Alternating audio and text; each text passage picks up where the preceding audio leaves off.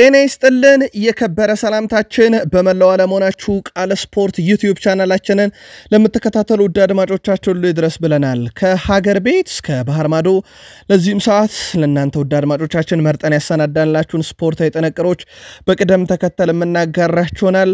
እስከ ፕሮግራማችን ፍጻሜ ቆዩ። ላይክ አድርጉና አበረታቱን። እንደዚሁ ቤተሰሙን ካሻችሁ ሰብስክራይብ ማድረግ ይቻላል።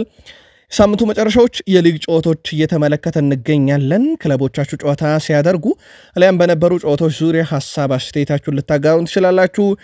እኛም በጥንቅሮቻችን በርካታ መረጃዎችን ይዘናል። በተለይም በሳምንቱ መጨረሻ በሚደረጉ ጨዋታዎች ጋር አያይዘን ዕለታዊ የቡድን ዜናዎችን በስፋት እንመለከታለን። በአውሮፓ ትልቅ ክለቦችን እናነሳለን። በተወዳጁ የእንግሊዝ ፕሪሚየር ሊግ ማንቸስተር ዩናይትድ፣ አርሰናል፣ ሊቨርፑል፣ ቼልሲ፣ ማንቸስተር ሲቲን የመሳሰሉ ትልቅ ክለቦችን የተመለከተም እንደዚሁ ወቅታዊ ጥንቅሮችን ይዘንላችኋል። ውድ ቤተሰቦቻችን እስከ ፕሮግራማችን ፍጻሜ በድጋሚ ከኛ ጋር እንድትቆዩ በአክብሮት ጋበዝ። ላይክ ማድረግ እኛን በብዙ ያበረታታናልና እናንተንም አይጎዳችሁን ላይክ አንድ ጊዜ በመንካት እስከ ፕሮግራማችን ፍጻሜ ቆዩ። በድጋሚ ለሐሳብ አስተያየታችሁ አስቀድመን ከልብ እናመሰግናለን። በሀገር ቤት እንጀምሩ ውድ ቤተሰቦቻችን። የኢትዮጵያ ፕሪሚየር ሊግ ሁለት መርሃ ግብሮች ዛሬ ቀጥለው ይካሄዳሉ። የኢትዮጵያ ፕሪሚየር ሊግ በ26ኛ ሳምንት ወላይታ ዲቻ ከሃዲያ ሆሳዕና በሐዋሳ ሳይንስና ቴክኖሎጂ ዩኒቨርሲቲ እንደዚሁ የሚካሄድ ነው የሚሆነው። ሌላኛው ጨዋታ በወልዋሎ አዲግራት ዩኒቨርሲቲ እና በቅዱስ ጊዮርጊስ መካከል እንደዚሁ በተመሳይ በሐዋሳ ዩኒቨርሲቲ ስቴዲየም የሚደረግ ጨዋታ ነው። በተለይም ወልዋሎ አዲግራት ዩኒቨርሲቲ በኢትዮጵያ ፕሪሚየር ሊግ እጅግ በጣም አስከፊ የሚባል ጊዜን እያሳለፈ ነው። የሸገር ከተማው ተወካይ ቅዱስ ጊዮርጊስም እንደ ወትሮ አይደለም ዘንድሮ ከምርጥ 10 ቡድን ውስጥ አናገኘውምና ዛሬ እነኚህ ሁለት ወሳኝ ጨዋታዎች በኢትዮጵያ ፕሪሚየር ሊግ እንመለከታቸዋለን። ከባህር ማዶ ወዳገኘናቸው ተጨማሪ ስፖርታዊ ጥንቅሮቻችን ስንሻገር በሳውዲ አረቢያ ሊግ 28ኛ ሳምንት መርሃ ግብር አልናስር ያልተጠበቀ ሽንፈት አስተናግዷል። አልናስር 2-1 በሆነ ውጤት ነው በአልቃዳሲያ የተሸነፈው። የአልቃዳሲያን የማሸነፊያ ግቦች ፒየር ኤምሪክ ኦባሜያንግና አማር ከመራ በማሳረፍ ሲችሉ ብቸኛዋን የአልናስር ግብ ሳዲዮ ማኔ ነበር ያስቆጠረው። 1-1 አድርጓቸው ነበር። ሳዲዮ ማኔ ግን 3 ደቂቃ ብቻ ነው አልናስሮች ባቻ ውጤት ውስጥ መቆየት የቻሉት። የፒየር ኤምሪክ ኦባሜያንግ ግብ አልቃዳሲያን ወደ ጨዋታው አሸናፊነት አምጥተዋለች። በውድድር ዘመኑ 5ኛ የሊግ ሽንፈቱን ያስተናገደው አልናስር ከሊጉ መሪ ያለውን የነጥብ ልዩነት ማጥበብ ሳይችል ቀርቷል። እጅግ በጣም የሚያስቆጭ አይነት ነጥብ መጣል ነበረ ትላንትና አልናስርን ያጋጠመው።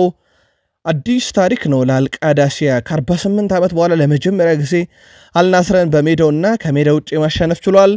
አልቃዳሲያ በታሪካቸው ለመጀመሪያ ጊዜ አልናስርን 3 ተከታታይ ጨዋታም እንደዚሁ ማሸነፍ የቻሉበት መርሃ ግብር ነበረ። CR7 ክርስቲያኖ ሮናልዶ በጨዋታው ላይ ተካፍሏል። 92% ኳስ የማቀበል ንጻሬን አስመዝግቧል። እጅግ በጣም የተለየ የሚባል ቁጥር ነው። ግን በቁጥር ደረጃ ከገመገመነው ሮናልዶን አንድም ኢላማውን የጠበቀ ሙከራ አላደረገም። አንድ ሙከራ አድርጓል። በአጠቃላይ ምንም ድሪብል አላደረገም። 37 ኳስ ነካ፣ አንድ ቁልፍ ኳስ አቀበለ፣ 6 ጊዜ ኳስ ተነጥቋል። በአንጻራዊነት ካየነው ሮናልዶ ጥሩ አልነበረም። ትላንትና የ35 ዓመቱ ፒየር ኤምሪክ ኦባሜያንግ የጨዋታውም እንደዚሁ ኮከብ ተብሎ ተመርጧል። አልናስር በሳውዲ አረቢያ ሊግ ያለፉት 16 ጨዋታ መረባቸውን ሳያስደፍሩ መውጣት የቻሉት በሁለቱ ነው። በ14ቱ ጨዋታ ግብ ተቆጥሮባቸዋል። አልናስር በእንደዚህ አይነት መንገድ ነበረ ጨዋታውን ትላንትና የደመደመው። ሌላኛው የሳውዲ ፕሮ ሊግ ተሳታፊው ክለብ አልአህሊ ከፋሂያ ጋር ያደረገውን ጨዋታ 5-0 በሆነ ውጤት ድል ማድረግ ችሏል። 5ቱን ግቦች ሮድሪጎ ኢባንዝ 17ኛውና 37ኛው ደቂቃ ላይ፣ ኢቫን ቶኒ 48ኛውና 68ኛው ደቂቃ ላይ፣ ሪያድ ማህሬዝ 82ኛው ደቂቃ ላይ ግብ አስቆጥሯል። ሪያድ ማህሬዝ ውድ ቤተሰቦቻችን ልዩ ምሽት ነው ማሳለፍ የቻለው። የሮጌር ኢባንዝን 2 ግቦች አሲስት ያደረገው እሱ ነው። የኢቫን ቶኒን 1 ግብ አሲስት ያደረገው እሱ ነው። በጨዋታው ላይ 3 አሲስት ሲደመር 1 ግብ ነበረው። ፍጹም የተለየ ምሽት ነበረ ለሪያድ ማህሬዝ። አልፋሂያ በጨዋታው ላይ ግብ ባያገኙም አንድ ተጫዋቻቸው ግን በቀይ ካርድ ሊወጣባቸው ተገዷል። ውጤቱን ተከትሎ አልኢታድ በ65 ነጥቦች የሳውዲ ፕሮ ሊግን ይመራል። አልሂላል በ61 ነጥቦች ይከተላል። አልናስር በ57 ነጥቦች ሶስተኛ ነው። አልአህሊ በ55 ነጥብ አራተኛ መጥቷል። አልቃዳሻ በተመሳሳይ 55 ነጥብ በግብ ክፍያ እንሶ አምስተኛ ነው። አልናስር ግን ውድ ነጥብ ነው የጣለው። ያውም በሳምንቱ አጋማሽ አሊታር ነጥብ ጥሎ ለዋንጫ በሚያደርጉት ጉዞ ላይ ጥሩ አጋጣሚ ይፈጥርላቸዋል ብለናችሁ ነበረ፣ ግን ትላንትና ሳይጠቀሙበት ቀርተዋል። ቪክተር ጊዮኬሬስክ እጅግ በጣም የተለየ የአውሮፓ ተጫዋች ውድ ቤተሰቦቻችን ትላንትና ሃትሪክ ሰርቷል። ስፖርቲንግ ሊዝበን ሞሪየረንስን 3-1 ባሸነፈበት ጨዋታ ቪክተር ጊዮኬሬስክ 12ኛው 25ኛውና 52ኛው ደቂቃ ላይ 3 ግቦችን በማስቆጠር ሃትሪክ መስራት ችሏል። ቪክተር ጊዮኬሬስክ ልክ እንዳለፉት አይነት የውድድር ዘመንን እያሳለፈ ይገኛል። ዘንድሮ በ51 ጨዋታ 57 ግቦች 12 አሲስቶች አሉት። ቪክተር ጊዮኬሬስክ በዚህ ሲዝን ለክለቡ ስፖርቲንግ ሊዝበንና ለሀገሩ ስዊድን 6 ሃትሪኮችን መስራት ችሏል። ማንቸስተር ሲቲ፣ አዘርባይጃን፣ ቪክቶሪያ ፕሌዘን፣ ሞሪየንስ፣ ኢስትሬላ እንደዚሁ ደግሞ ፋሬላንስ ሃትሪክ የሰራባቸው ክለቦች ናቸው። በሀገር ደረጃ አዘርባይጃን ላይ ሃትሪክ ሰርቷል። ፍጹም የተለየው ተጫዋች ነው። ውድ ቤተሰቦቻችን ስሙን ከፕሪሚየር ሊጉ ክለብ አርሰናል ጋር በስፋት እየሰማ ነው እንደሆነ ይታወቃል። ትናንትና እንደውም በሰበር ካደረስናችሁ መረጃ አንደኛው የምዕራብ ለንደኑ ክለብ ቼልሲም የቪክተር ጊዮኬሬስክ ዝውውር ላይ መቀላቀሉንና ለአርሰናል ትንሽ አስቸጋሪ እንደሚሆን ነግረናችሁ ነበር። ቪክተር ጊዮኬሬስክ ግን ፍጹም የተለየው ተጫዋች መሆኑን ትናንትናም ዳግም አስመስክሯል። በፖርቹጋል ሊግ በደረጃ ሰንጠረዡ አሁንም ስፖርቲንግ ሊዝበን በ72 ነጥቦች አንደኛ ነው። ቤኔፊካ ግን በቀሪ ጨዋታ ስላለው በጨዋታውን ድል የሚያደርግ ከሆነ በነጥብ መስተካከል ይችላል ከስፖርቲንግ ሊዝበን ጋር። በግብ ክፍያ ግን ልዩነት አላቸው። በ69 ነጥብ ሁለተኛ ነው ቤኔፊካ። ፖርቶ በተመሳይ 30 ጨዋታዎችን አድርጎ በ62 ነጥብ ሶስተኛ፣ ብራጋ በ60 ነጥብ አራተኛ ተቀምጠዋል። ትላንት በስፔን ላሊጋም ሲጠበቁ የነበሩ ጨዋታዎች ነበሩ። አንደኛው ኢስፓኞል ከሄታፌ ያደረጉት ጨዋታ ነበረ። ኢስፓኞል ሄታፌን 1-0 በሆነ ውጤት ድል ማድረግ ችሏል። ኩምባላ ነበር 39ኛው ደቂቃ ላይ ብቸኛውን የኢስፓኞልን ግብ ማስቆጠር የቻለው። ኢስፓኞል በጨዋታው ላይ ፍጹም የበላይ ነበሩ። 63% ኳስ ተቆጣጥሯል። በእርግጥ በሄታፌ በኩል አንድ ተጫዋች በቀይ ካርድ ከሜዳ ወጥቶባቸው ነበረ። ሌላኛው በፍራንስ ሊጋ ስታድ ሬሚስ ከናንትስ ያደረጉት ጨዋታ ነበረ። ስታድ ሬሚስ ከጨዋታ ብልጫ ጋር 2-1 በሆነ ውጤት ድል አድርጓል። ቱፋርት 23ኛው ደቂቃ ላይ እንደዚሁም ሜቲ 86ኛው ደቂቃ ላይ ተቀይሮ በገባ በደቂቃዎች ውስጥ ነበረ ግብ ያስቆጠረላቸው። ሙሐመድ ደግሞ ብቸኛዋን የናንትስ ግብ 54ኛው ደቂቃ ላይ ያስቆጥሯል። ስታድ ሬሚስ ጨዋታውን 66% ተቆጣጥረው ነው ድል ማድረግ የቻሉት። በእርግጥ በናንትስ በኩል አንድ ተጫዋች በቀይ ካርድ እንደዚሁ ከጨዋታው በኩል ተሰናብቶባቸው ነበረ። በሪያል ማድሪዱ የፊት ወሰር ተጫዋች ኬሊያን መባፔ ባለቤትነት የተያዘው የፈረንሳዩ ኮን ክለብ ወደ ሀገሪቱ 3ኛ ሊግ መውረዱ ተረጋግጧል። ፈረንሳዊ ተጫዋች ኬሊያን መባፔ በቅርቡ በፈረንሳይ 2ኛ ሊግ ሲወዳደር የነበረውን ኮን ክለብ ከፍተኛ ድርሻ በ20 ሚሊዮን ዩሮ መግዛቱ አይዘነጋም።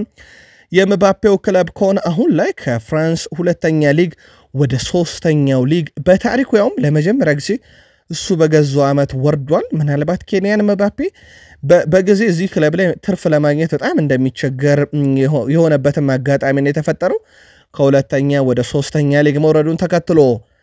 ሪያል ማድሪድ በአርሰናል ተሸንፎ ከሻምፒዮንስ ሊግ ከተሰናበተ ወዲህ በክለቡ ውስጥ ከፍተኛ ውጥረት መንገሱ እየተዘገበ ይገኛል። አሰልጣኝ ካርሎ አንቸሎቲ በአሁኑ ሰዓት በሪያል ማድሪድ ቤት ያላቸው ኃላፊነት ከፍተኛ ስጋት ውስጥም እንደወደቀ ነው አትሌቲክ ያስነበበው። በቀጣይ ካርሎ አንቸሎቲ ከተሰናበቱ አሰልጣኝ ዣቪ አሎንሶ የሪያል ማድሪድ አሰልጣኝ የማድረጉ ነገር አሁንም በፍሎሬንቲኖ ፔሬዝ በኩል እቅዱ ያልተቀየረ ብሎታል።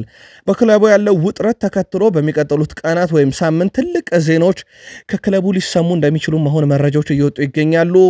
በካርሎ አንቸሎቲ በኩል ክለቡ እስካላሰናበታቸው ድረስ የመልቀቅ ፍላጎት የላቸውም። ተኪያቸውን ማግኘት ግን በጣም ከባድ ነው። ዣቪ አሎንሶ በክለቡ እንደማይለቅ ስለተረጋገጠ ማለት ነው። ለማንኛውም ሰሞኑን በሪያል ማድሪድ በኩል ሰበር ዜና ይኖራል፣ ጠብቁን ውድ ቤተሰቦቻችን። ሪያል ማድሪዶች በቀጣይ ክረምትም አዲስ የ9 ቁጥር አጥቂ የማምጣት እቅድ እንደሌላቸው መረጃዎች እየወጡ ይገኛሉ። ፉቶ መርካቶን ዘገባ ዋቢ ያደረገው ፋብሪዞ ሮማኖ እንደዘገበው ከሆነ በክለቡ ውስጥ አዲስ አሰልጣኝ አምጥተው በተለይም ክለቡን ሲዋቀርና ኬሊያን መባፔን ምርጥ አጥቂ የማድረግ አቅም ያለው አሰልጣኝ ሲመጣ ቡድኑ የተሟላ ይሆናል። እናም በቀጣይም ቡድኑ አጥቂ ከማምጣት ይልቅ ያሉትን ተጫዋቾች በጥሩ ሁኔታ መጠቀም ቡድኑን የበለጠ ውጤታማ ያደርገዋል የሚል እምነት እንዳለ በሪያል ማድሪድ በኩል ተረጋግጧል። ስለዚህ የኬሊያን መባፔ ንጹህ የ9 ቁጥር አጥቂነትን ወደ ፐርፌክትነት የሚቀይር አሰልጣኝ ነው የሚፈልጉት ማለት ነው። ስለዚህ 9 ቁጥር አጥቂ ወደ ቡድኑ ያመጡም ተብሏል። በበርካታ የአውሮፓ ክለቦች እየተፈለገ ይገኛል። ስፔን የአማካይ ስፍራ ተጫዋች ዙቤሜንዲ ለአርሰናል ቅርብ የሆኑ ምንጮች እንዳረጋገጡት ከሆነ አርሰናል በቃል ደረጃ ተጫዋቹን ለማስማማት ከጫፍ የደረሰው ክለብ ነው። በርካቶች እንደውም ስምምነት አላቸው እያሉ ነው። ስፔናዊ የሪያል ሶሲዳድ ተጫዋች ዙቤሜንዲ በክረምት የዝውውር መስኮት የትኛውም ክለብ ጥያቄ ቢያቀርብለት ሪያል ማድሪድ እዛ ዝርዝር ውስጥ ካለ ግን ቅድሚያ ሊሰጥ እንደሚችል ከስፔን አካባቢ መረጃዎች እየወጡ ነው። የስፔኑ ክለብ ሪያል ማድሪድ ለተጫዋቹ እቅዳቸውና ስለ ክለባቸው አንዳንድ ነገሮችን አስረድቶታል። ተጫዋቹን ለማስፈረም ጥረት ያደርጋሉ ተብሎ ይጠበቃል በቀጣይ ክረምትና እስካሁን ምንም አይነት እንቅስቃሴ በሪያል ማድሪድ በኩል በዝውውር ጉዳይ ላይ አላደረጉም። ነገር ግን ይህ ጥያቄ እውን ሆኖ የሚመጣ ከሆነ ዙቤሜንዲ ከአርሰናልን በፊት ሪያል ማድሪድ ሊያስቀድም ይችላል ተብሏል። ምናልባት አርሰናል ቤት የነ አንድሪያ ቤርታና የማይክል አርቴታ ተአምር ሊያስፈልገው ይችላል እየተባለ ነው። ይህ ዝውውር ሃንሲ ፍሊክ እጅግ በጣም አስደናቂ ጊዜን በክለቡ እያሳለፉ ይገኛሉ። ታዲያ በቀሩት ጨዋታዎች የክለቡን በራስ መተማመን ለመጨመር በመልበሻ ክፍል ውስጥ ሊያነቃቁ የሚችሉ ምስሎች እንዲለጠፉ አዘዋል ነው የተባለው። አንደኛው የማይክል ጆርዳን ምስል በመልበሻ ክፍል ውስጥ እንዲለጠፍና ተጫዋቾቹን ማነሳሳት ሂደት ላይ ትልቅ ተጽዕኖ ሊያመጡ የሚችሉ ምስሎች በሙሉ እንዲለጠፉ ይደረጋል ተብሏል። ሞንዶ ዲፖርቲቮ ይዞት በወጣው መረጃ መሰረት የክለቡን በራስ መተማመን ስፕሪት ለመጨመር እንደዚሁም ተጫዋቾችን ለማነቃቃት ይጠቀሙበታል ነው የተባለው። በቀጣይ በጣም ወሳኝ የሚባል ጨዋታ እንደሚጠበቃቸው ይታወቃል። በላሊጋ በኮፓ ዴላሬ እና እንደዚሁም በአውሮፓ ሻምፒዮንስ ሊግ በጣም ወሳኝ ጨዋታዎች በኤፕሪል እና በቀጣይ ወር አጋማሽ ድረስ ይጠበቃቸዋልና ለዛ ተጫዋቾቻቸውን ለማነሻሻ ይጠቀሙበታል ተብሏል። አሌሃንድሮ ባልዴም የኮፓ ዴላሬ የፍጻሜ ጨዋታ እንደሚያመልጠው ታውቋል። የኮፓ ዴላሬ የፍጻሜ ጨዋታ በባርሴሎና እና በሪያል ማድሪድ መካከል እንደሚደረግ ይታወቃል። በዛ ወሳኝ ጨዋታ ላይ በጉዳት ምክንያት አሌሃንድሮ ባልዴ እንደማይገኝ ተረጋግጧል። ጋላታሳራይ ስዊዘርላንዳዊን የመሃል ሜዳ ተጫዋች የሆነውን ግራኒት ዣካን ለማስፈረም ፍላጎት አሳይተዋል። የቱርኩ ክለብ ጋላታሳራይ በባየር ሌቨርኩሰን እየተጫወተ የሚገኘው ዣካን በክረምት የዝውውር መስኮት ለማስፈረምም ፍላጎት እንዳላቸው ተዘግቧል። እስከዚህ ሰዓት ድረስ በክለቡ ባየር ሌቨርኩሰን እና በተጫዋቹ በኩል የተሰጠ ምላሽ ባይኖርም ተጫዋቹ ግን አርሰናል ለቆ በሄደበት የመጀመሪያ ዓመት ምንም አይነት ጨዋታን ሳይሸነፍ ከባየር ሌቨርኩሰን ጋር የቡንደስሊጋ ዋንጫና ዲኤፍኤ ፖካልን አሳክተዋል። ያው ሳይታሰብ ነበረ በኤሮፓ ሊግ ፍጻሜ ደርሰው በአታላንታ በኤድሞላ ሉክማን 3 ግቦች ሃትሪክ ተሰርቶባቸው አስከፊውን ሽንፈት በአመቱ አስተናግዶ የነበረው በዛ ቡድን ውስጥ በጣም ወሳኙ ሰው ከጠቀስን ያለምንም ጥርጥር ግራኒት ዣካ ነበረ። ዘንድሮ በእርግጥ በባየር ሌቨርኩሰን በኩል ወጣ ይሆኑ እንጂ ሁለተኛ ለመገኘታቸው ዝርዝሮችን በንጠሪያ ግራኒት ዣካን አናጣውም። ጋላታሳራዮች በቀጣይ እቅዳቸው እስከተውታል። ሉዊስ ኤንሪኬ ሁላችንም ህልማችን ለማሳካት እንፋለማለን፣ ባለ 2 ጆሮን ዋንጫ እኛም ሆነ በተፎካካሪዎቻችን ዘንድ መደርደሪያ ላይ እንዲቀመጥ ይፈልጋሉ። በተለይ በአርሰናልና በእኛ መካከል መደርደሪያችን ባዶ እንደሆነ ይታወቃል። ያንን ባዶ የሆነ መደርደሪያችንን ለማሟላት እንፋለማለን ብለዋል። ያጫወት መንገዳችን ይለያያል እንጂ እነሱ በመከላከል እኛ በማጥቃት የዓለምን እግር ኳስ እየመራን ነው ብለዋል። አርሰናልም ግን በማጥቃት ብዙ የሚታማ አይነት ቡድን አይደለም። እሳቸው ግን አርሰናል ሲከላከል ነው ዘንድሮ ምርጥ ብለዋል። ሁለታችንም ግን ባዶ የሆነው መደርደሪያችን ላይ ትልቁን ባለ 2 ጆሮ ዋንጫ ለማስቀመጥ እንፋለማለን፣ ዝግጁ ነን ለዚህ ብለዋል። እሳቸው ከፍራንስ ሊጋ ጨዋታ በላይ አሁን የሚያስጨንቃቸው የአውሮፓ ሻምፒዮንስ ሊግ እንደሆነ ይታወቃል። 90 ሚኒትስ በሻምፒዮንስ ሊግ ግማሽ ፍጻሜ ከደረሱ ክለቦች ውስጥ 4 ውስጥ ማለት ነው ምርጥ 11ን ይፋ አድርጓል። ለፓሪስ ሰን ዠርሜኑ ዳናሮማ ምርጥ ነው ብሏል።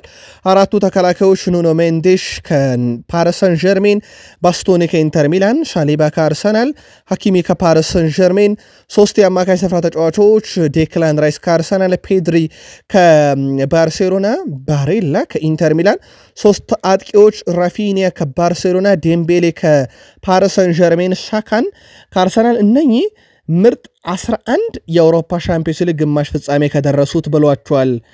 በእግር ኳስ ታሪክ አሁንም ድረስ ያልተደፈረ አንድ የሊዮኔል አንድሬስ ሜሲ ሪካርድ አለ። በባርሴሎና ሳለ በ69 ጨዋታ 91 ግቦች 24 አሲስቶችን አድርጎ ይህ ሪካርድ ሆኖ ተቀምጧል በአውሮፓ። ቀጥሎ የምናገኘው ትልቁ ቁጥር በሮቤርት ሌዋንዶስኪ የተያዘ ነው። ምናልባት ከሮናልዶ ጋር ተመሳሳይ ግብ ቢኖራቸውም በተጫወተ ጨዋታ ግን 58 ጨዋታ ብቻ አድርጎ 69 ግቦችና 15 አሲስቶችን ያደረገበት ሁለተኛው ትልቁ ነው። ሶስተኛው የክርስቲያኖ ሮናልዶ ነው። በተመሳሳይ 59 ጨዋታ 69 ግብና 13 አሲስት አለው። የሊዮኔል አንድሬስ ሜሲ ሪካርድ ግን አሁንም ድረስ የሚነካ አይመስልም። በጣም የራቀ ሪካርድ ነው። ያውም በአንድ ካላንደር ነው። ውድ ቤተሰቦቻችን 69 ጨዋታ በሁሉም መድረክ በወቅቱ አድርጎ ነበረ። በርካቶች በእግር ኳስ እንዲደገምላቸው የሚፈልጉ በርካታ ጨዋታዎች አሉ። ምናልባት ክለቦቻቸው ሊያስተካክሉት ከሚችሉት አንጻር ምናልባትም ደግሞ ያንን ጨዋታ ለመበቀል ማለት ነው ከኡራጋይ ጋር ዳግም መጫወት የሚፈልገው ታዲያ አሳሞአ ጂያን ነው። በእግር ኳስ ታሪክ አንድ ተጨማሪ ጨዋታ እንድታረግ እድሉ ቢሰጠ ማንን ተቃራኒ ሆነ ተገጥማለህ ተብሎ የተጠየቀው አሳሞአ ጂያን ኡራጋይ ብሔራዊ ቡድንን ድጋሚ መግጠም ፈልጋለሁ ብሏል። በእርግጥ ሉዊስ ሱዋሬዝ በእጁ የነካት ኳስ ፍጹም ቅጣት መታስገኝታ ነበረ። አሳሞአ ጂያን ሳታት እንጂ ኡራጋይን ለአዲስ ክብረ ወሰን የምታበቃ አጋጣሚ ነበረች። እሱ ግን በእግር ኳስ ታሪክ ድጋሚ ብጫወት ያ ጨዋታን በተቃራኒው ድጋሚ መግጠም ፈልጋለሁ ኡራጋይን ብሏል። እናንተ በእግር ኳስ ዓለም እንዲደገምላችሁ የምትፈልጉት ጨዋታ ግን የትኛው ነው? በሐሳብ መስጫ ሳጥናችን ላይ ያጋሩን። ቃል ስፖርት ዩቲዩብ ቻናላችን ላይ ትገኛላችሁ። ከሀገር ቤት እስከ ባህር ማዶ የተመራረጡ ስፖርታዊ ጥንቅሮችን እያጋራናችሁ እንገኛለን። ከተወዳጁ የእንግሊዝ ፕሪሚየር ሊግ ብቻ ወዳገኘናቸው ዕለታዊ ጥንቅሮቻችን እንሻገር። በድጋሚ ላይክ፣ ሰብስክራይብ፣ ሼር እያረጋችሁም ያጋርነታችሁ እንድታሳዩን በትህትና ጠየቅን። ውድ ቤተሰቦቻችን በእንግሊዝ ምድር ወጪዎቹና ወራጆቹ እየተለዩ ያሉበትም ሂደት ነው። ልክ ዋንጫውን እንደማንሳት ባለው ሂደት ላይ በተለይም በሻምፒዮንሺፑ 3 ያህል ጨዋታዎች ብቻ ቀርተውታል። ወደ ፕሪሚየር ሊጉ በቀጥታና በፕሌኦፍ ለመምጣት በሚደረገው ጥረት ላይ ከነበሩ ጨዋታዎች በርንሌ ዋትፎርድን 2-1 ያሸነፈበት ጨዋታ ይጠቀሳል። በርንሌ ዋትፎርድን 2-1 አሸንፏል። በበርንሌ በኩል ስኮት ፓርከር ቡድኑን ከያዙት በኋላ 30 ጨዋታዎችን ያለ ሽንፈት መጓዝ ችለዋል። ይህ እጅግ በጣም አስደናቂ የሚባል ነው። በቀጥታ ወደ ፕሪሚየር ሊጉም ለማለፍ አሁን ቅድመ ግምቱም ካላቸው እድሉም ካላቸው ቡድኖች አንደኛው የስኮት ፓርከሩ ቡድን በርንሌ ነው። ትላንትም 2-1 አሸነፈ። ሌላኛው በዌስት ብሮሚች እና በኮቨንትሪ ሲቲ መካከል የነበረ ጨዋታ ነው። ኮቨንትሪ ሲቲ የፍራንክ ጄምስ ላምፓርድ ቡድን ዌስት ብሮሚች አልቢዮንን 2-0 በሆነ ውጤት ድል ማድረግ ችሏል። ይህ ቡድን ግን ብዙ ሊባልለት ይችላል። በተለይም ደግሞ የኮቨንትሪ ሲቲ አሰልጣኝ ሲሆን ፍራንክ ጄምስ ላምፓርድ 17ኛ ደረጃ በ2 ነጥብ ከወራጅ ቀጠና ርቆ ነበር የተቀመጠው። አሁን እንግዲህ 6ኛ ደረጃ ላይ አስቀምጦታል። በፕሌኦፍ ቀጥታ ለመግባት 3 ጨዋታዎች ብቻ ይቀሩታል። የሻምፒዮንሺፑ አናት ላይ ያለው ሊድስ ዩናይትድም ኦክስፎርድ ዩናይትድን በማኖር ሰለሞን የ33ኛ ደቂቃ ብቸኛ ግብ 1-0 በሆነ ውጤት አሸንፏል። ሊድስ ዩናይትድም እጅግ በጣም ወሳኝ ድል አስመዘገበ። ይህ ሳምንት ውጤቶችን ተከትሎ ሊድስ ዩናይትድ 91 ነጥቦችንና 54 ግቦችን ይዞ በአንደኝነት ወደ ፕሪሚየር ሊጉ ለመግባት አሁንም እድሉ አለው። በሂሳባዊ ስሌት 3 ጨዋታዎች ስለቀሩት በቀጥታ ማለፋቸውን ገና አላረጋገጡም። ሊድስም ሁለተኛ ያለው በርንሌም ተመሳሳይ 91 ነጥብ ይዞ 45 ግቦች አሉት፣ ሁለተኛ ነው። በፕሌኦፍ ለመግባት ሼፊልድ ዩናይትድ በ86 ነጥብ 3ኛ፣ ሰንደርላንድ በ76 ነጥብ 4ኛ፣ ብሪስቶል ሲቲ በ67 ነጥብ 5ኛ፣ ኮቨንትሪ ሲቲ በ66 ነጥብ 6ኛ ተቀምጧል። እነኚህ ከ3 እስከ 6 ያሉ ክለቦች በፕሌኦፍ ተጫውተው በቀጥታ ማለፍ ይችላሉ። ሊድስና በርንሌ ይህን ውጤታቸውን ካስጠበቁ ደግሞ በቀጥታ ወደ ፕሪሚየር ሊጉ አንደኛና ሁለተኛ ሆነው ማለፍ ይችላሉ። ከእንግሊዝ ፕሪሚየር ሊግ ደግሞ አስቀድሞ እንደ ሳውዝሃምፕተን ያለ ቡድን መውረዱን ሲያረጋግጥ፣ ሌስተር ሲቲና ኤፕስዊች ታውን ደግሞ ቀጣይ ለመውረድ ቀናቶችን ብቻ ይጠብቃሉ። በዛው የኤፕስዊቹን ተጫዋች ሊያም ዴላፕን እናንሳ። ሊያም ዴላፕ ፈላጊዎቹ በርከት ያሉ ናቸው። ከፕሪሚየር ሊግ የታወቀ ነው። የኦሊ ገነ ሶልሼር ቡድን ቤሺክታሽም ይህን ተጫዋች በማስፈረም ሂደት ላይ ወደ ፉክክር ውስጥ እንደገባ ነው ሚረር ስፖርት ያስነበበው። የሳውዝሃምፕተኑን ተጫዋች ፓውል ኦናቾን ለማስፈረም ፍላጎት ነበራቸው፣ ነገር ግን እሱን ማግኘት ከበድ ብሏልና አሁን ሊያም ዴላፕ ላይ ኦሊ ገነ ሶልሼር የቀድሞ የማንቸስተር ዩናይትድ ተጫዋችና አሰልጣኝ አሁኑ የቤሺክታሽ አሰልጣኝ ተጫዋቹ እንዲመጣላቸው ይፈልጋሉ ተብሏል። በቀጣይ ክረምት ትልቅ ዝውውር እንደሚሆንም ይጠበቃል። አንጌል ፖስቴኮግሉ በቶትናም ሆትስፐርስ ቤት 17 ጨዋታዎችን በእንግሊዝ ፕሪሚየር ሊግ በዘንድሮ ውድድር ዓመት ቡድናቸው ተሸንፈዋል። በቶትናም ሆትስፐርስ አሰልጣኝነታቸው የምናውቃቸው ማውሪሲዮ ፖቼቲኖ በቆዩባቸው 3 ዓመታት ውስጥ በድምሩ የተሸነፉት የፕሪሚየር ሊግ ጨዋታ ብዛት 17 ነበርና ቶትናም ሆትስፐርስ ቤት ምናልባትም እሳቸው ከመሰናበት አሁንም ታደጓቸው ያለው የኤሮፕ ሊጉ እንደሆነ ይታወቃል። ኤሮፕ ሊጉን ለማንሳትም ቅድመ ግምት ተሰጥቷቸዋል። እንደውም ቀጣይ ውድድር ዓመት ዋንጫውን የሚያነሱ ከሆነ በቀጥታ የአውሮፓ ሻምፒዮንስ ሊግ ይሳተፋሉና ፖስቴኮግሉም እንዳለመታደል ሆኖ እኔን መባረር ለሚናፍቁ ሰዎች ተጨማሪ ቀናት መጠበቅ ይኖርባቸዋል ማለታቸው ይታወሳል። ግን በሽንፈት ብዛት ካየነው በአንድ ሲዝን ከፖቼቲኖ ቡድናቸው ተሸንፈዋል። ማንቸስተር ሲቲ በክረምት ሞርጋን ጊብስ ዋይትን ለማስፈረም አሁንም በግንባር ቀደምትነት እየሰራ ነው ተብሏል። እንደ ጃክ ግሪሊሽ ያሉ ተጫዋቾችን ጉንዶዋን፣ ኬቨን ደብሩይናን፣ በርናንዶ ሲልቫን የመሳሰሉ ተጫዋቾችን ይለቃል ተብሎ የሚጠበቀው ማንቸስተር ሲቲ ሞርጋን ጊብስ ዋይትን ለማስፈረም በግንባር ቀደምትነት ካሉ ክለቦች አንደኛው ነው ተብሏል። ሌላኛው ማንቸስተር ሲቲ በዚህ ክረምት ለአንድሪያ ካምቢያሶ ይፋዊ ጥያቄም እንደሚያቀርብ ይጠበቃል። ውሉ አስቀድሞ ተዘጋጅቷል የተባለው ዩቬንቱስ ከ51 እስከ 60 ሚሊዮን ዩሮ ባለው ሂሳብ ውስጥ ካምቢያሶን ለሲቲ ያሳልፈው ሊሰጡ ይችላሉ እየተባለ ይገኛል። ማንቸስተር ሲቲዎች በርካታ ተጫዋቾችን ስለሚለቁ በራሱም ተጫዋች ያመጣሉ። ከዛ በፊትም አስቀድመው ቡድኑን ለማጠናከር ፔፕ ጋርዲዮላ በጥር ጀምሮ ነው ተጫዋቾችን ማስፈረም የጀመሩት። በቀጣይ ክረምትም እንደሚቀጥል እሳቸው ማረጋግጠው ነበረ። በኬቨን ደብሮይና በኩል አሁንም ዋና ፍላጎቱ በሲቲ መቆየት ነው እየተባለ ይገኛል። ምናልባትም ሲቲዎች ሐሳባቸውን ቀይረው ኮንትራት ካቀረቡለት ለመፈረምም ዝግጁ ነው ተብሏል። ኢኤስፒኤን ይዞት በወጣው መረጃ መሰረተ ተጫዋቹ አሁንም በትልቅ ደረጃ መጫወትን ቅድሚያ ይሰጣል፣ ማንቸስተር ሲቲን ደግሞ ቅድሚያ ይሰጣል። ምናልባትም ሐሳባቸውን ካጠፉና ፈርም ካሉት ግን ለመፈረም አይኑን አያሽም ነው ያለው ኢኤስፒኤን። ቀጣይ መዳረሻው ከማንቸስተር ሲቲ ከወጣ በኋላ የአሜሪካ ሜጀር ሊግ ሶከር ይሆናል ተብሎም በስፋት እየተጠበቀ ይገኛል። የቼልሲ የፊት መስመር ተጫዋች ነው ንብረትነቱ፣ ነገር ግን በኤስ ሚላን በውሰት እየተጫወተ ይገኛል። ታዲያ በቼልሲም ያልተሳካ ጊዜን በኤስ ሚላንም ያልተሳካ ጊዜን እያሳለፈ የሚገኘው ተጫዋች በቀጣይ መዳረሻው የሚሆነው የቀድሞ ክለቡ ቤኔፊካ አሊያም ረብጣ ብሮችን ወዳዘጋጀችለት ሳውዲ አረቢያ ይሆናል ተብሎ ይጠበቃል። ስለዚህ ተጫዋች በክረምት ከቼልሲም ጋር እንደዚሁ እንደማይቀጥል ነው የተረጋገጠው። ወደ ቤተሰቦቻችን በቼልሲ በኩል ግን በርካታ አማራጭ አላቸው። አንደኛው ኢንዞ ማሬስካ ትላንት በጋዜጣዊ መግለጫ የተነሳላቸው የአንድሬ ሳንቶስ ጉዳይ ነበረ። አንድሬ ሳንቶስ ጥሩ ስራዎችን እየሰራ ነው፣ በተጫዋቹ በጣም ደስተኛ ነኝ፣ ሙሉ አመቱም ላይ በወጥነት እየተጫወተ ይገኛል። አሁን ግን እኛ ሙሉ ትኩረታችን የምናደርገው በፕሪሚየር ሊጉ በቀሩን ጨዋታ ላይ ነው ብለዋል አሰልጣኝ ኤንዞ ማሬስካ። በእኛ በኩል አሁን ትልቁ ትኩረታችን በቶፕ 5 ውስጥ መጨረስ ነው ብለዋል። የአውሮፓ ሻምፒዮንስ ሊግ ለመሳተፍ ግን ባሉን ተጫዋቾች በውሰትም ባሉት በጣም ደስተኛ ነን፣ እየተከታተልናቸው ነው ብለዋል። በቼልሲ ዝውውር አይን ውስጥ የገባው ይህት ክለብ ተጫዋች ስትራስቡርግ የሚገኘው ማለት ነው የ2 ዓመቱ እጅግ በጣም አስደናቂው ተጫዋች ዳንኤል ባክዋ ነው።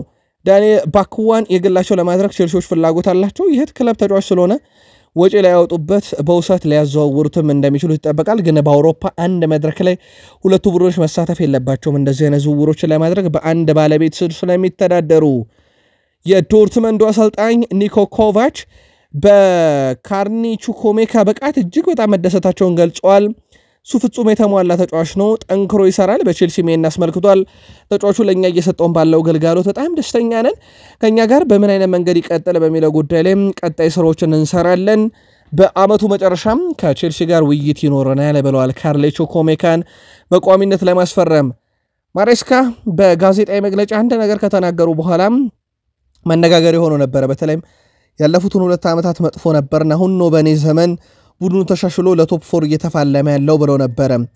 እናም በዚህ ጉዳይ ላይ ጥያቄ የተጠየቁት አሰልጣኙ በድጋሚ ይህንን ነገር ላብራራ ፈልጋለሁ፣ ባለፉት 2 ዓመታት ቼልሲ አንድም ጊዜ ለቶፕ 4ም ለቶፕ 5ም ሲፋለም አልነበረም እኛ ግን አመቱን ሙሉ ለቶፕ 5 ለቶፕ 4 እየተፋለመን እንገኛለን ወይም ለምርጥ 5 ለምርጥ አራተኛነት እየተፋለመን የአውሮፓ ሻምፒዮንስ ሊግን ደረጃ ለማግኘት እየተፋለመን እንገኛለንና ባለፉት 2 ዓመታት ከነበረው ቡድን ይልቅ የኔ ቡድን ለአውሮፓ ሻምፒዮንስ ሊግ በደንብ የተፋለመ ቡድን ነው አትጠራጠሩ ብለዋል።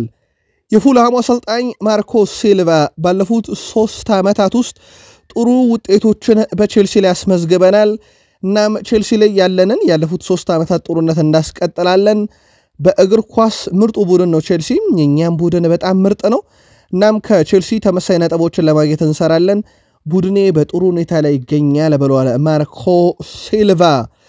ኮነር ብራንዴሊ ሊቨርፑል ስለመጫወት ሐሳቡን ተጠይቆ ነበር።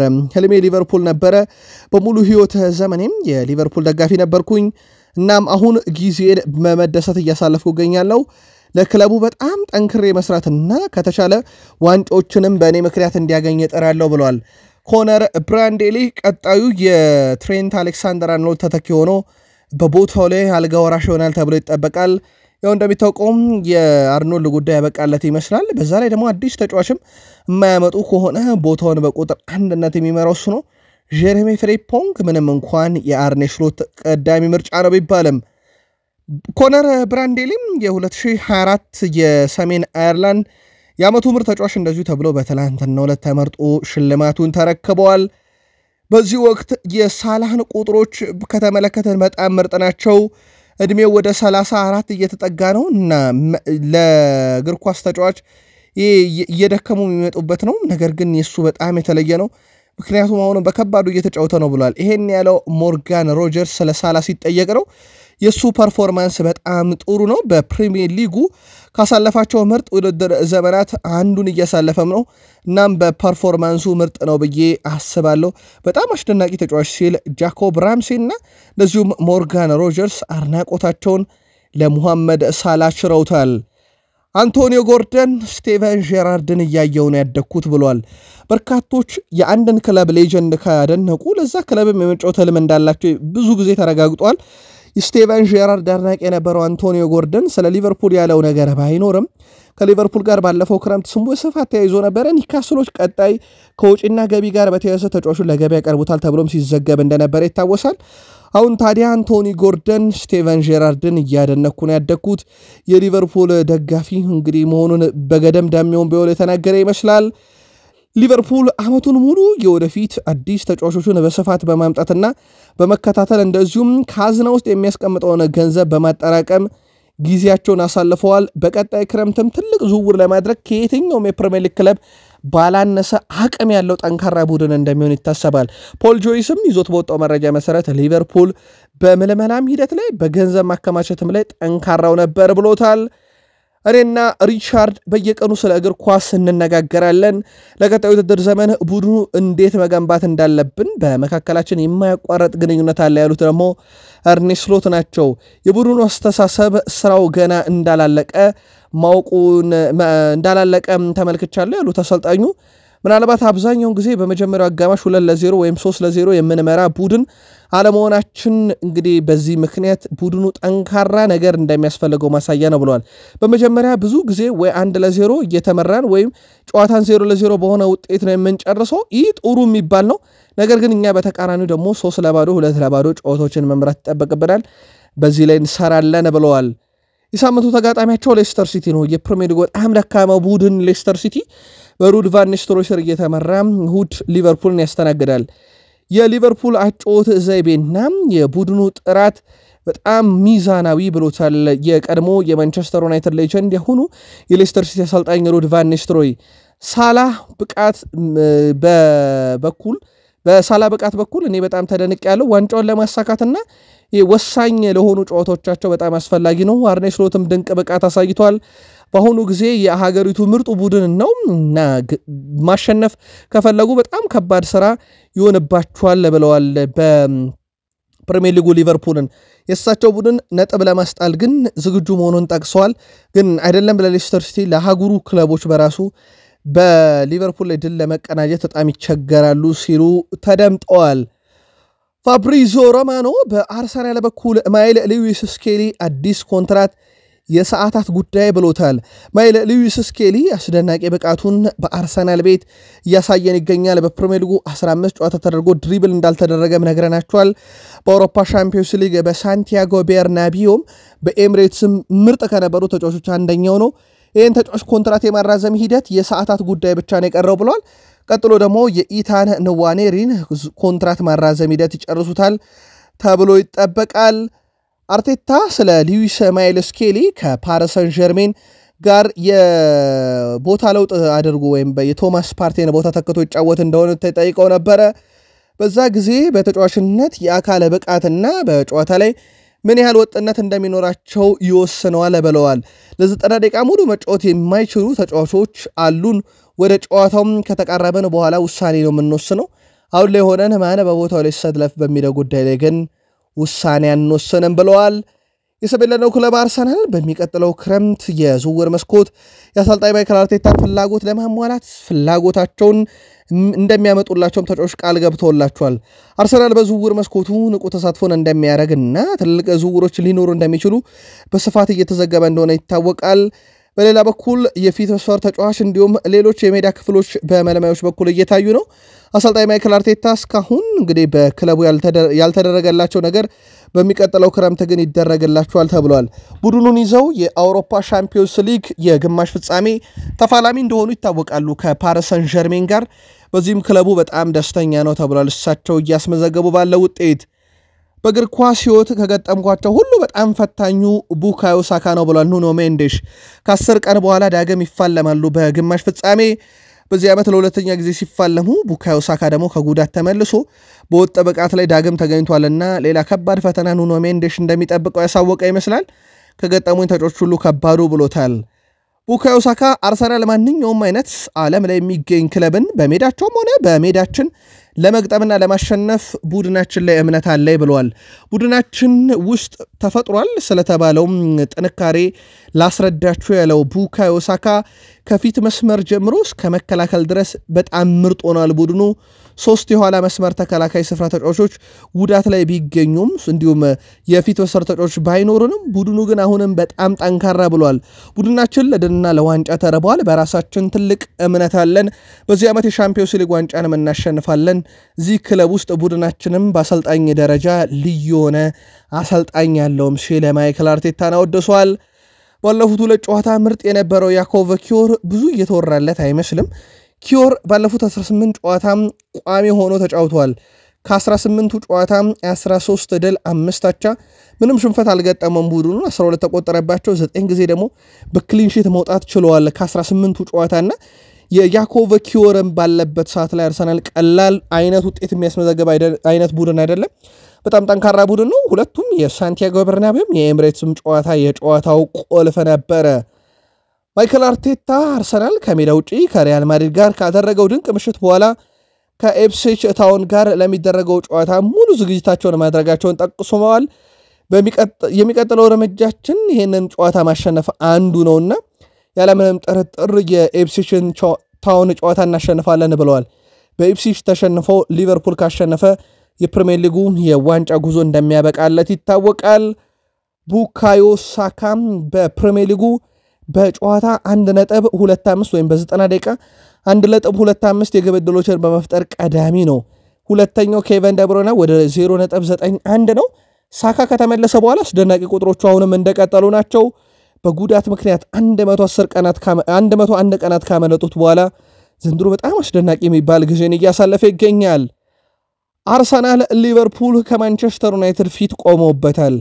ማንቸስተር ዩናይትድ የማቲያስ ኩና የረጅም ጊዜ ፈላጊ ነው። እንደውም ትላንት በጋዜጣዊ መግለጫ ስሙን ደጋግሞ ከመጥራታቸው የተነሳም ጋዜጠኞች ለምን ስሙን ደጋግመ ጠራህ ሁላ እስኪሉት ድረስ ነበረ ይህን ተጫዋች ማንቸስተር ዩናይትድ ፍላጎት እንዳለው የተረጋገጠው። ማቲያስ ኩናን በማስፈረም ሂደት ላይ ግን ማንቸስተር ዩናይትድ ከፕሪሚየር ሊግ ኃያል ክለቦች እንደ ሊቨርፑል እና አርሰናል እንግዲህ ከፊቱ መቆማቸውን ተከትሎ ከባድ ፈተና ይጠብቀዋል። 63 ሚሊዮን ፓውንድ የዚህ ተጫዋች የሆነ ማፍረሻ እንደሆነ ይታወቃል።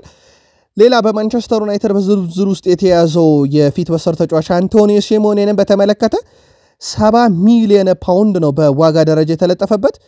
ይህም ለማንቸስተር ዩናይትድ ሌላ ነገሩን አስቸጋሪ ያደርግበታል። ማንቸስተር ዩናይትድ ይህንንም ተጫዋች ለማምጣት በሚደረግ ሂደት ላይ ከክለቡ በርንማውዝ ጋር ሰፋ ያለ ድርድር እንደዚሁ ማድረጋቸው አይቀርም። ማንቸስተር ዩናይትድም በአውሮፓ ትልቅ ክለቦች እየተፈለገ የሚገኘውን ሌላኛውን የበርንማውዝ የተከላካይ ስፍራ ተጫዋች ዲያን ሁይሰን ሁኔታ መከታተል ጀምረዋል። ግን ይህን ተጫዋች በማምጣት ሂደት ላይ ምንም እንኳን 20 ዓመቱ ቢሆንም 58 ሚሊዮን የውል ማፍረሻና የሪያል ማድሪድ፣ የአርሰናል፣ የሊቨርፑል ፈላጊ መሆናቸው እዚህ ዝውውር ላይ ነገሩን ከበድ ያደርገዋል። 4 ክለቦች የዲያን ሁይሰንን የውል ማፍረሻ ሂሳብም ለመክፈል ፈቃደኛ እንደሆኑ እየተዘገበ የሚገኘው የስፔኑ ተነባቢ ጋዜጣ ሪልቮም ሪያል ማድሪድን ዋቢ አድርጎ በዝውውር መስኮቱ ላይ ሪያል ማድሪድ የነቃ ተሳትፎን ያደርጋል፣ ምናልባትም ተጫዋቹ ሪያል ማድሪድን ሊመርጥ ይችላል ተብሏል። በኤሮፕ ሊግ ብሩኖ ፈርናንዴዝ በፍጹም ቅጣት ምት ማንቸስተር ዩናይትድን ወደ ጨዋታ የምትመልስ ግብ አስቆጥሮ እንደነበረ ይታወቃል። በኦልድ ትራፎርድ በአጠቃላይ 5002 ግቦች ሲቆጠሩ 5000ኛዋን ግብ ያስቆጠረው እንደዚሁ ብሩኖ ፈርናንዴዝ ነበረ። የወልቨርሃምፕተን ወንደረርስ አሰልጣኝ ቪክተር ፔሬራ ቡድናቸው በዚህ ሳምንት ከማንቸስተር ዩናይትድ ጋር ጨዋታ በፊት ጋዜጣዊ መግለጫ ሰጥተው ነበረ። በጋዜጣዊ መግለጫቸው ላይ ሩበን አሞሪም በጣም ጎበዝ አሰልጣኝ ነው፣ ጊዜ ይፈልጋል፣ እያሰለጠነ የሚገኘው የፕሪሚየር ሊጉን ትልቅ ክለብ ነው፣ ጊዜ ሊሰጠ ይገባል፣ ብዙ ነገርም ቀይሯል ብለዋል። በዚህ ሳምንት ቡድኑ በተአምርም ቢሆን እንዳለፈለት ይታወቃል። ማንቸስተር ዩናይትድ በእርግጥ ብዙ ድራማ፣ ብዙ ትንቅንቆችን፣ ብዙ ለውጦችን በየደቂቃው የተመለከትንበት ነበርና በዛ ጨዋታ ላይ ሩበን አሞሪም ቡድናቸው ተሸንፎ ቢሆን ኖሮ ሌላ ትልቅ ጫና ውስጥ የሚገቡበት አጋጣሚ ይፈጠር ነበር። ቢያንስ አሁን ግማሽ ፍጻሜ ደርሷል። ከአትሌቲኮ ቤልባኦ ሌላ ፈተና ይጠብቃቸዋል። የወልቭሱ አሰልጣኝ ቪክተር ፔሬራ ግን በሩበን አሞሪም እምነት አለኝ ብለዋል። በእንግሊዝ ፕሪሚየር ሊግ ዛሬ 11 ሰዓት ላይ ብሬንትፎርድ ከብራይተን ኤንድ ሆቭ አልቢዮን፣ ክሪስታል ፓላስ ከበርንማውዝ፣ ኤቨርተን ከማንቸስተር ሲቲ እንደዚሁም ዌስትሃም ዩናይትድ ከሳውዝሃምፕተን ምሽት 1 ሰዓት ከ30 አስቶን ቪላ ከኒውካስል ዩናይትድ። በስፔን ላሊጋ ሪዮ ቫይካኖ ከቫሌንሺያ፣ ባርሴሎና ከሴልታ ቪጎ፣ ማሎርካ ከሌጋኝስ፣ ላስ ፓልማስ ከአትሌቲኮ ማድሪድ። እንደዚሁ በጣሊያን ሴሪያ ሊቼ ከኮሞ፣ ሞንዛ ከናፖሊ፣ ሮማ ከቬንዚያ። በጀርመን ቡንደስሊጋ ፍራይቡርግ ከሆፈንሄም፣ ሃይደኔም ከባየር ሙኒክ፣ ሜንዝ ከወልቭስበርግ፣ አረቤ ሌፕዥን ከሆልስቴን ኬል፣ ቨርደር ብሬመን ከቦኸም እንደዚሁም ደግሞ ዩኒየን በርሊን ከስቱትጋርት ጨዋታቸውን ያደርጋሉ። በፍራንስ ሊግ ፓሪስ ሰን ዠርሜን ከሊ ሃቨር፣ ሞናኮ ከስትራስቡርግ እንደዚሁም ማርሴ ከሞምፔሌ ጨዋታቸውን የሚያደርጉ ይሆናል። የትላንት ጨዋታዎችን ለማስታወስ ያክል ኤስፓኞል ኤታፌን 1-0፣ በፍራንስ ሊጋ ሬንስ ናንተስን 2-1፣ በሳውዲ ፕሮ ሊግ አልቃዳሲያ አልናስርን 2-1 ያሸነፉበት ጨዋታ ደግሞ ተጠቃሽ ከሚባሉ ጨዋታዎች ውስጥ ይጠቀሳሉ። ውድ ቤተሰቦቻችን ክለቦቻችሁ በዚህ ሳምንት ጨዋታ ሲያደርጉ ምን እንጠብቅ? በሐሳብ መስጫ ሳጥናችን ላይ ያጋሩን። እኛ ግን ቃል ስፖርት ዩቲዩብ ቻናል ከሀገር ቤት እስከ ባህር ማዶ ለዚህ ሰዓት መርጠን ያሰናዳልናችሁ ስፖርታዊ ጥንቅሮቻችን ነኝን ይመስሉ ነበረ። ላይክ ስላረጋችሁ፣ ስላበረታታችሁን፣ ስለደገፋችሁን በእውነት ከልብ አመሰገን። ለሐሳብ አስተያየታችሁም እንደዚሁ ምስጋናችን በያላችሁበት ይድረስ ብለናል። ቃል ስፖርት ዩቲዩብ ቻናል ከጥቂት ደቂቃዎች በኋላ ተጨማሪ መረጃዎችን ይዘን እንምጣ። አሁኑን እዚህ ጋር በቃን። ሰናይ ቀን